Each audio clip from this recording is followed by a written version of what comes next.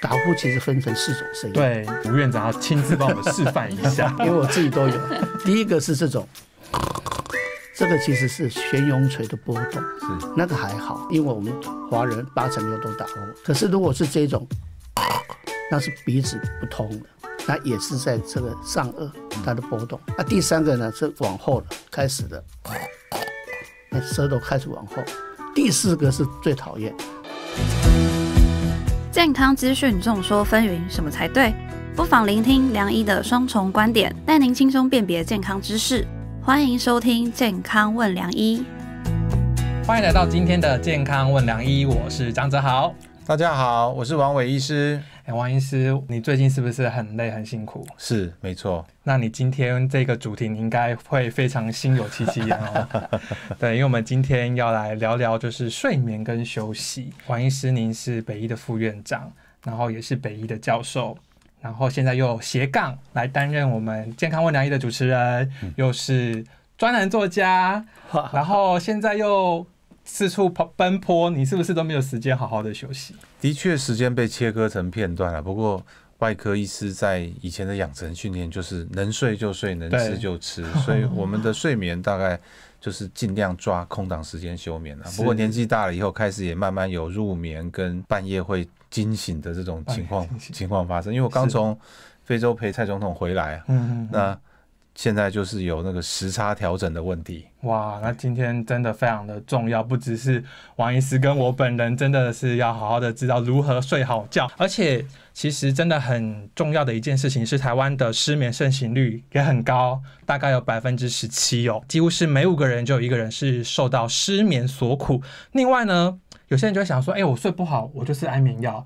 结果台湾吃安眠药的颗数居然高达10.5亿颗，这么的高。在这样子的睡眠状况之下，如果你不想要借由药物的方式，那你又没有办法睡好，该怎么办呢？我们今天就邀请到2位专家要来跟大家好好的聊一聊。那我先邀请到的是联心国际医院重症医疗联盟的院长吴清平院长。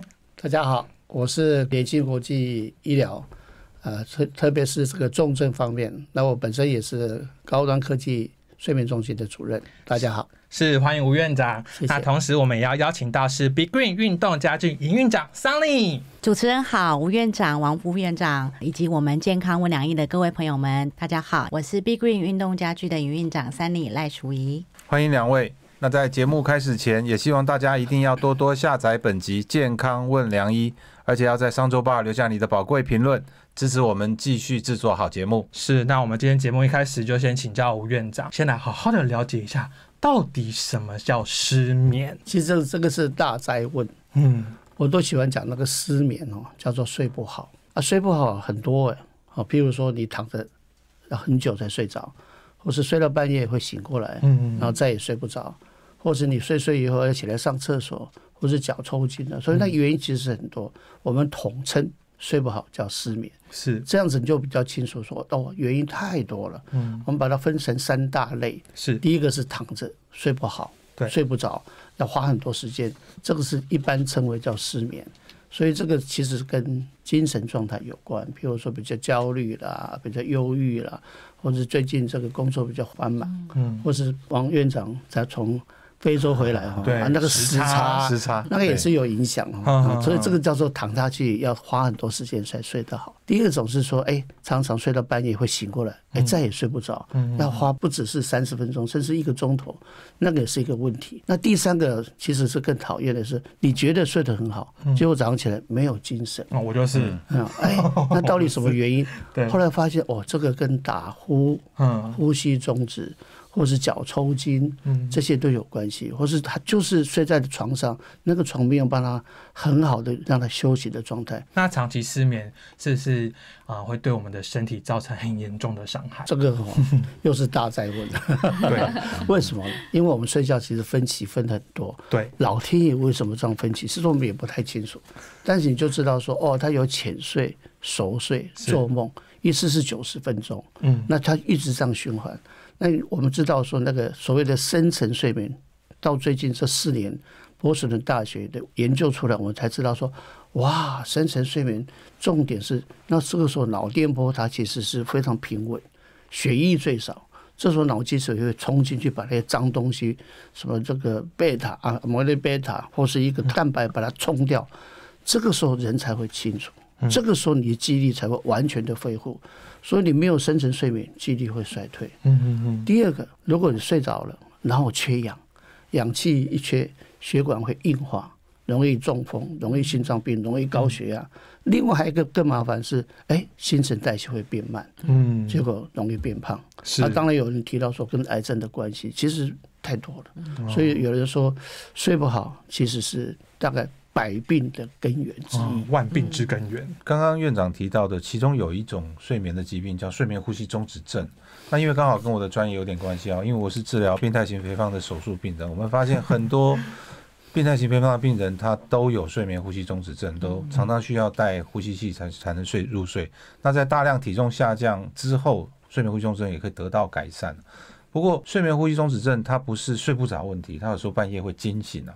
那除了病态型肥胖的这一个族群之外，不晓得院长有没有其他什么样的人我们会怀疑他有睡眠呼吸中止症的问题？那这些人到底应该要怎么治疗？是，大家只要看到我的脸我的外形就是最标准。我常跟人家讲说，要长得帅的人，对，女生要长得漂亮，因为下巴它都是尖下巴，都是瓜子脸，然后如果脖子变粗变胖了90%，所以我一般都跟病人讲说，人家叫我叫无半仙，是有道理，因为我自己就是这个病。所以你刚刚讲说带机器睡觉，我是民国72年丢到美国去，老板说你要学什么，我说我什么都想学啊，你要念博士，那你学睡眠。我以为说他看不起我，我胸腔科学什么睡眠？那时候1983呢，他说你要念博士就睡眠最好。博士4年拿回来以后，没人知道我在做什么。我那时候才68公斤，后来去澎湖当了3年院长，回来变86，然后到立新医院去以后，那时候我叫联系医院，一去以后好像很忙，但是吃得多，变95。然后自己一测，我的呼吸中止指数是57。我氧气掉到只有34，没有中风，很严重，超严重。所以你刚讲的很好，我就必须带机器睡觉。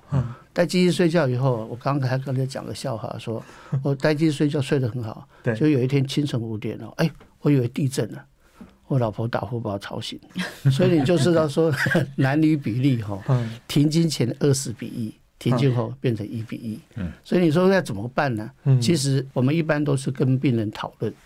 如果你早上起来嘴巴干，晚上睡不好，早上起来然后没有精神，你大概就会想到说，问问隔壁说，我是不是打呼很严重？会不会停掉？会不会这样？这个现象，打呼其实分成4种声音。对，有哪4种？是不是吴院长要亲自帮我们示范一下？因为我自己都有。第一个是这种。这个其实是悬雍垂的波动，是那个还好，那个因为我们华人86%都打呼，是常跟的 data。可是如果是这种，那是鼻子不通的，那也是在这个上颚它的波动。第3个呢是往后开始的，那舌头开始往后。第4个是最讨厌，是你睡着以后，这个就标准的呼吸中止。所以这种鼾声分4种，但是你会知道说打呼谁都有啊，要不要治疗，那个就要把它分类分清楚。所以失眠这个状况真的很困扰，但是有些人他就觉得说他自己就是睡不好，但是他又不想要借由药物的方式，比如说吃安眠药等等。如果说在这样的情况之下，我想请教吴院长，我们有没有什么方式可以一夜好眠呢？其实比较重要是要把这个自己的睡眠的一个仪式做好。比如说你就几点钟就要去睡，然后睡前不要再去玩手机3C 的产品，然后蓝光会刺激，很不舒服。是，甚至你洗个澡洗个温水澡，然后身体变成凉凉的，它就会很好去睡觉。甚至你喝个牛奶或什么都可以。那这个是睡觉的习惯。但是如果睡前如果有些按摩的一个动作它有一些那种让你舒服的一个按摩，其实是有效的。是，那另外就是说运动对，运动当然我们睡前不希望说你再去跑步啊、走路啊这种激烈的，那一定睡不着，而是说有一个比较舒服的模式，比如我们的律动这样子让你躺在床上，它有一个律动，有一个动作，让你全身的肌肉能够得到疏解，但是也是达到这个运动的效果，说不定这样子会让你睡觉的品质会提升。所以说饮食加上运动都可以改变我们的失眠的这个状况嘛。那不过说到运动，我就想要请教我们现场另外一位专家 Sunny。 现代人工作真的很忙碌，有时候没有时间可以去外面上健身房啊，或者去跑步等等。那现在有一种东西叫做运动家具，它可以让我们在家就可以运动了。哇，现在还有家具，运动家具，用家具来运动的意思吗？是的，坐着躺着就可以让你很轻松的做被动式的运动，不用流汗也不用出力。哇，这倒是从来没听过的。最近啊，天气不太稳定哈，是。那有些人有固定出门运动的习惯，可是常常会因为天候不佳啦、太冷啊、太热啊，就懒得出门之类的，所以他的运动的习惯就没有办法好好的维持哈。因此就有了运动家具的产生哈。这个是我们公司耗尽了10几年的心血来研发出来的一个全球的创举哈。那简单的来讲，运动家具就是把运动科技的原理跟家具的时尚工艺做了一个完美的结合。那此外呢，我们还跟很多的专家学者们一起来共同去研发，包含在座的那个吴金平吴院长，就是我们台湾第一位睡眠医学的博士，所以我们在运动家具跟睡眠这一块，就当然要跟吴院长来请益了哈。我们在做的这个运动家具来讲，我们有很多的运动医学的跟睡眠医学的临床验证，我们推出了一系列的商品，包含这个运动养生沙发、运动舒眠椅、运动健身沙发、水平律动养生沙发，还有水平律动的舒眠床等等。我们不仅重新定义了人们对于家具的这个想象，而且我们也开始呢，透过这些居家的家具，你每天接触最长时间的这个 furniture 来去引领人性化的居家运动的新风潮。刚刚院长有讲到律动运动，这个好像是最近很热门的话题嘛。那用这些产品来帮助睡眠人好像越来越多，尤其是睡眠呼吸中止症的人靠这个来帮忙。那用律动运动来改善睡眠，它的背后的原理又是什么？院长能不能帮我们说明一下？其实这一块是非常独特。我们在比较年轻的时候还练过那个所谓的外单弓啊，那我记得我到美国去的时候，曾经把这个问题拿去请教教授。那外单弓到底是什么啊？因为我们自己说，自发弓你真的不动的时候，你发现那个全身肌肉它会颤动原来那个是我们身体本身的一个律动的一个现象，它那个肌肉并不是完全会停止，它其实就有一些波动。那我觉得律动这个运动是蛮独特的，它确实是有一些波形，然后如果波形是很顺利的话，它会让你躺在那边以后，全身会跟这个律动，肌肉才会完全的放松。这个我确实吓了一跳。因为好像是97年嘛，那个他们这个明根他就拿到一个专利，那确实这个后来他们就查了很多书，还有包括陈俊忠陈教授，他也写了一些文章，然后大家探讨说，原来这个律动还不是那么单纯，不是说动动就好，那动动有很多那个其实是不太对的，它其实是要有很稳定，然后真的是律动，所以那个律动是非常叫做非常 harmony。它是一个相当和谐的运动，跟身体里面的肌肉，它要重新一个共振波，才有可能把这个身体放松弄好。所以那个其实全身肌肉的这个波动。所以运动家具中的垂直律动运动还有等速水平律动运动可不是随便说说的背后它有它的专业科学原理还有临床研究依据。那我这边就要请教 Sunny， 就是说如果我们今天想要使用这样子的运动家具来协助我们好好的睡眠的话，是不是有什么关键应该要好好的掌握的？我会鼓励大家一定要亲身体验看看。如果您在站上去这个垂直律动机之前，你可以先询问一下这个销售人员，他有没有这个专利，有没有临床的验证，有没有安全的认证等等，这个是非常重要的，以免买到这个不好的产品反倒会伤身还伤财。那除了亲身体验，然后询问专柜人员有没有这几项要素之外呢，还有就是它是不是具有超静音的技术。因为我们通常很多人家里都摆了这个跑步机，然后还有这个划船机等等，可是当你累了一天回到家，你想说哇今天筋骨很酸痛，你想要稍微运动一下做舒压，但你跑步机跑没2-3下呢，邻居就来按你电铃了哈，所以能不能做到不扰邻，这也是非常关键哈。此外还有就是，既然这是一个居家运动的器材，它摆在你家里的客厅、书房或是这个卧室里面，会不会感觉它非常的冰冷生硬，跟你整个的居家的空间是格格不入的哈？这个也是我们现代人很重视生活品味的一个很重要的一个考量。我们家的运动家具的设计呢，是结合很多的时尚工艺的设计哈。我们连那个沙发的皮都是 Napa 的头层牛皮，要知道 Napa 其实是双 B 用来做皮衣的原料，所以触感是非常好的。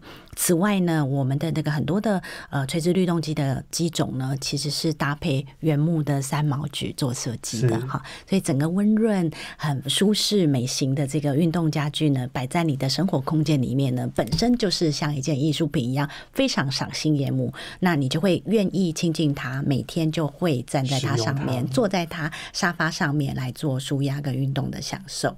所以我觉得这个都是挑选的一个关键重点。那在使用上有没有哪些人是特别非常适合的，然后有哪些人是要特别注意的呢？这个床其实没有所谓的适不适用的问题哈，但是我们讲这个垂直律动机，就会建议6岁以下小朋友他的大脑发育还没有很成熟哈，就像我们小 baby 不太适合剧烈摇晃一样。好，所以6岁以下我们会建议他先不要这个使用这个太激烈的垂直律动机。对，可是我们一般人来讲都是可以全龄化使用的哈。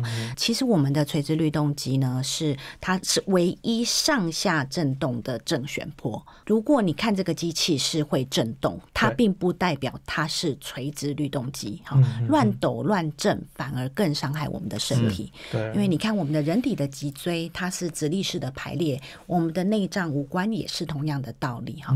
所以如果让它在这个机台上面它是乱抖乱震的话，其实可能会有椎间盘突出的这个风险。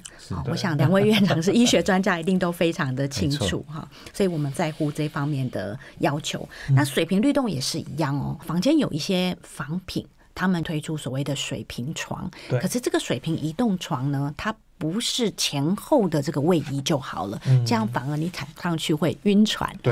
水平律动最好的运动距离呢，大概是20的 millimeter， 而且速度呢要从1分钟45下到140下左右是最佳的。我们这个都是有医学的学理验证的。那我们的床呢，其实是在画一个浅浅的椭圆形哈，这个是跟国外的很多的专家的研究是不谋而合的哈。那我们这样的一个弧度，而且是控制在20 mm 以内，它才可以对我们的血管产生一个剪力，那可以刺激血管的内皮细胞去产生一氧化氮。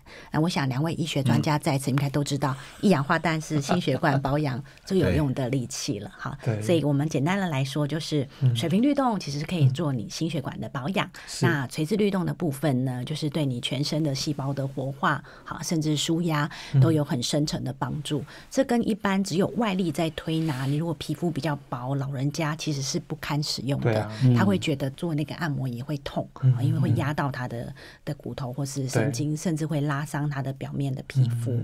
但我们的运动舒眠椅或者是我们的运动健身沙发，基本上呢，它就是非常棒的一个上下的垂直律动，很稳定的。所以在实验室的安全认证跟医学的研究方面呢，对我们人体是最无害、最轻松的被动式运动。是。不过说真的哦，现在人真的压力很大，不管生活压力、工作压力、家庭压力啊，因为压力大，自然睡眠品质就不好。那就是刚刚吴院长说，甚至会带出失智的风险。